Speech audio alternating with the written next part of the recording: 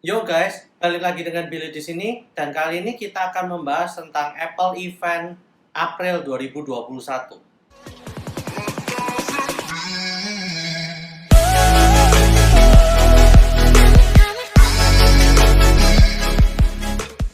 Pada Apple Event kali ini ada dua kata yang dapat dikatakan, yaitu mind blowing dan juga warna-warni. Tapi sebelum kita masuk ke sana, mari kita lihat dulu update kecil yang diberikan oleh Apple pada event tersebut. Yang pertama adalah Apple memperkenalkan Apple Card Family yang bisa digunakan oleh satu keluarga. Yang kedua adalah tampilan dan desain dari podcast dari Apple diperbarui dan juga diperkenalkan podcast berbayar. Yang ketiga adalah akhirnya Apple merilis AirTags yang dulu telah saya sebut-sebut sebagai rumor yang digunakan untuk mencari sebuah barang dari aplikasi Find My-nya. Yang keempat adalah update kecil dari iPhone 12, yaitu Apple memperkenalkan warna baru yaitu warna ungu. Dan yang terakhir adalah update dari Apple TV 4K yang kali ini diupdate chip prosesornya menjadi Apple A12 Bionic. Dan tentu saja di sini Apple juga mengganti desain dari remote controlnya menjadi lebih baru dan juga lebih gampang untuk digunakan. Nah, itu adalah sedikit update dari Apple sebelum kita masuk ke update yang paling besarnya ya. Nah, kita ke bagian dari update warna-warni dari Apple. Apa sih update warna-warninya?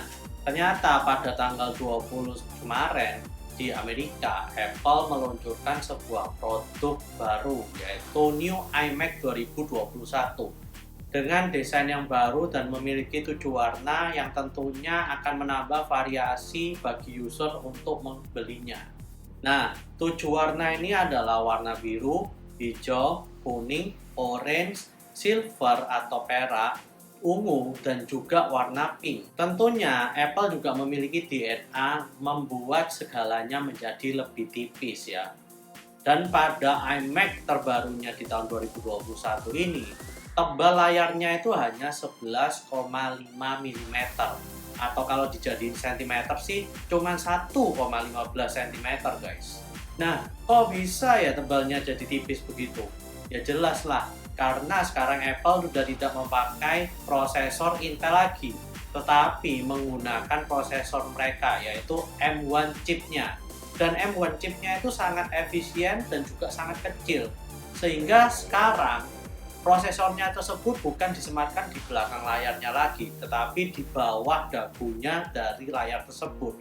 Sehingga hal itu juga membuat segalanya menjadi lebih tipis. Selain itu, fan-nya juga disematkan di sebelah kiri dan kanan dari motherboard dari chip yang disematkan tersebut. Nah, karena iMac ini sudah memiliki desain yang baru, tentu saja layarnya juga dibuat lebih lega dan lebih lebar. Bezelnya juga semakin tipis sehingga ukuran yang sama dengan dulu sekarang menjadi 24 inch dan memiliki retina display 4,5K. Yang dulunya 4K ya, karena bezelnya itu luarnya lumayan tebal, karena sekarang bezelnya jadi lebih tipis, ketambahan setengah K-nya itu loh. Nah, terus brightness-nya ini jadi 500 nits guys. Tentu saja layarnya ini juga memiliki P3 White Color Gamut yang tentu saja yang membuat warna pada layarnya itu sangat indah sekali guys. Lalu Apple juga mengganti dan mengupgrade semua dari mikrofon, speaker, dan juga kamera dari New iMac 2021 ini. Sekarang kameranya memiliki 1080p untuk FaceTime HD-nya ya. Terus mereka juga memberikan mic dengan kualitas studio. Dan juga tidak lupa mereka juga menyematkan sebuah sound system yaitu 6 buah speaker yang katanya kualitasnya sangat bagus sekali loh guys. Dan yang terakhir dari New iMac ini adalah update dari Magic Keyboard-nya. Magic Keyboard-nya sekarang memiliki 3 buah desain, yaitu yang paling panjang dan ada 2 yang lebih kecil. Nah, bedanya apa yang 2 kecil ini? Yang satu menggunakan Touch ID, yang satunya tidak. Nah, mereka katanya sudah menemukan sebuah teknologi untuk mentransfer data secara secara wireless dari Touch ID yang kita lakukan pada Magic Keyboard mereka itu, guys. Sehingga semua data yang diberikan dari Touch ID itu bersifat lebih secure dari biasanya. Selain itu, Magic Mouse dan juga Magic Trackpad juga memiliki sebuah upgrade, yaitu hanya dalam bentuk warna saja. Makanya dalam event ini mereka memberikan sebuah kata tagline, yaitu colors atau warna-warni tersebut. Nah, untuk segi harga mereka mematok harganya mulai dari 1.299 USD, guys, dan akan terus naik sesuai dengan kualitas dan juga spesifikasi yang kita pilih.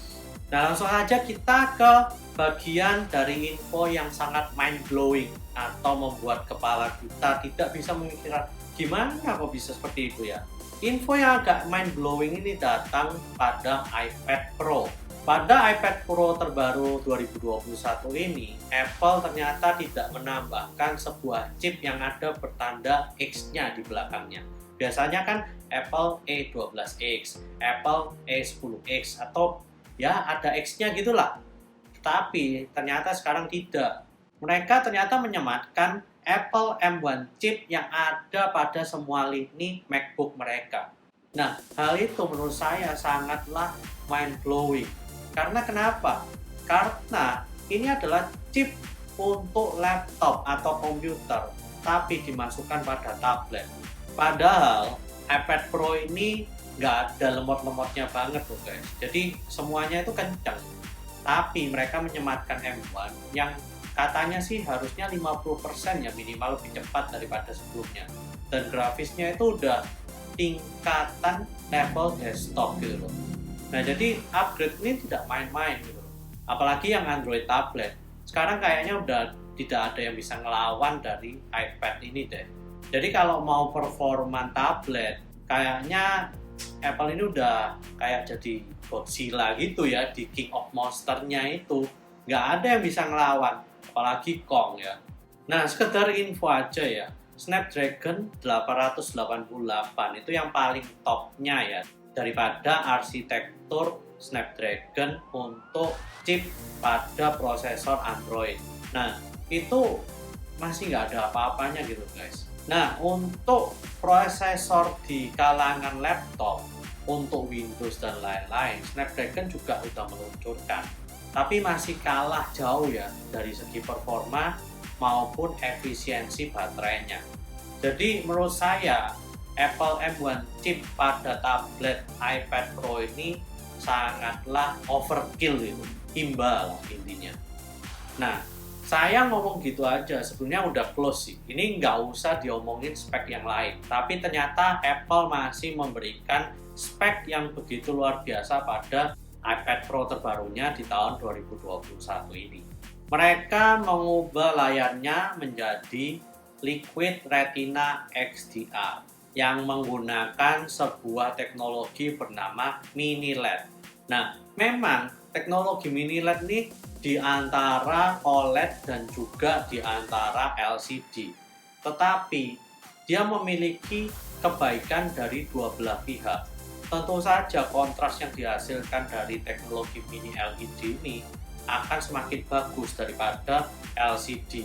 Tetapi masih tidak bisa sebagus OLED. Nah, Mini LED yang diberikan pada iPad Pro terbarunya ini memiliki 10.000 Mini LED pada layarnya dan juga memiliki 2.500 local dimming zone.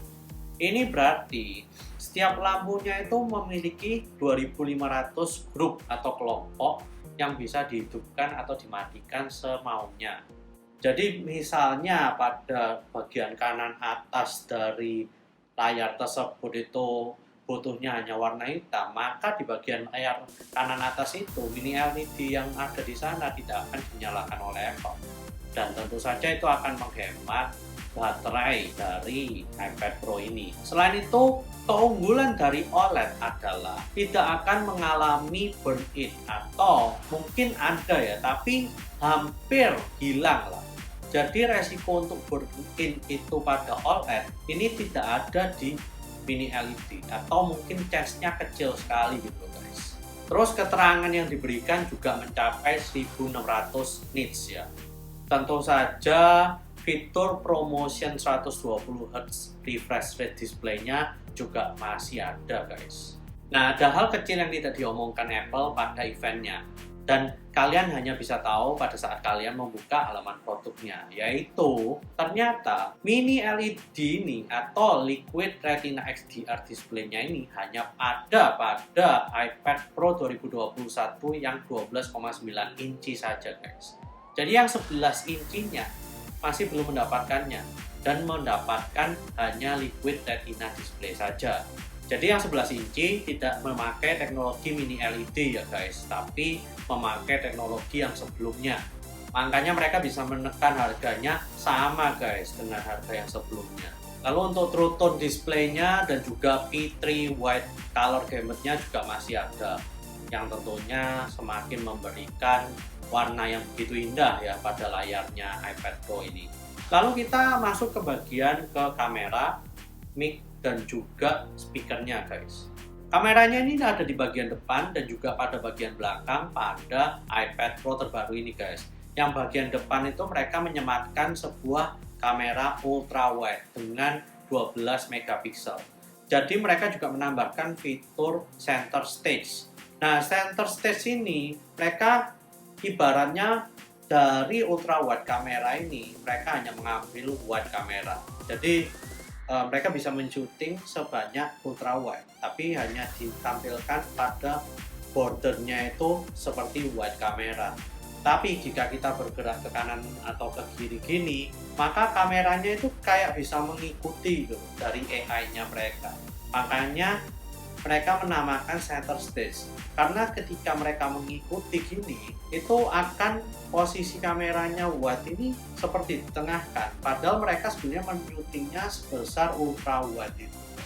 Nah, pada kamera belakangnya mereka menyematkan 12 megapiksel pada main wide kameranya dan juga 10 megapiksel pada ultra wide kameranya. Juga mereka menambahkan sebuah lidar scanner untuk men-scan ya, sebetulnya untuk VR, men-scan sebuah ruangan atau tempat untuk sebuah VR atau virtual reality, sehingga mereka untuk melakukan sebuah scanning terhadap ruangan tersebut itu menjadi cepat, atau terhadap sebuah objek, atau bahkan pada saat foto, jika pada low light foto ya atau yang gelap-gelap gitu, mereka sudah bisa tahu ini yang mana yang objek gitu. Jadi mereka bisa memfokus ya kameranya lebih cepat pada objek tersebut. Lalu pada segi speakernya mereka menyematkan 4 speaker. Nah, ini udah lebih dari stereo ya guys, tapi udah mendekati seperti surround system gitulah ya. Nah, untuk mic-nya mereka juga memberikan 5 buah mic dengan kualitas studio guys.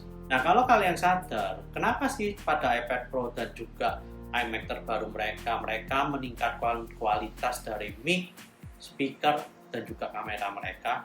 Maksud saya bukan kamera belakang ya, tapi kamera depannya mereka. Itu karena sekarang kan kita pada kondisi pandemi. Nah, pada kondisi pandemi ini banyak orang yang menggunakan Zoom dan lain-lainnya untuk berkomunikasi satu sama lain. Nah, oleh karena itu Apple mengembangkan sistem kamera, mic, dan juga speakernya ini menjadi lebih bagus guys. Supaya ya tentu saja lah supaya kita bertemu dengan orang melalui Zoom ini semakin kinclong dan juga semakin jelas gitu loh. Lalu juga tidak lupa mereka memberikan option untuk 5G guys. Jadi sekarang sudah tidak pakai 4G lagi tetapi menggunakan 5G dan juga ditemani oleh Wi-Fi 6. Lalu konektornya yang dulunya hanya USB-C saja, sekarang sudah ditambahkan port Thunderbolt pada USB-C tersebut guys. Jadi kalau mau transfer data atau membaca data dari iPad Pro ini tentunya akan semakin kencang juga. Nah, tentunya dengan semua upgrade yang powerful itu, Apple masih belum puas guys. Dan mereka juga menambahkan 2 option baru, yaitu 16 GB RAM dan juga 2 TB storage. Yang dulu kan hanya sampai kalau nggak salah 8 GB atau 12 ya GB. Nah, ini ditambahin sampai 16 GB RAM-nya. Dan yang dulu storage-nya itu hanya sampai 1 terabyte. Dan menurut saya 1 terabyte itu udah overkill gitu.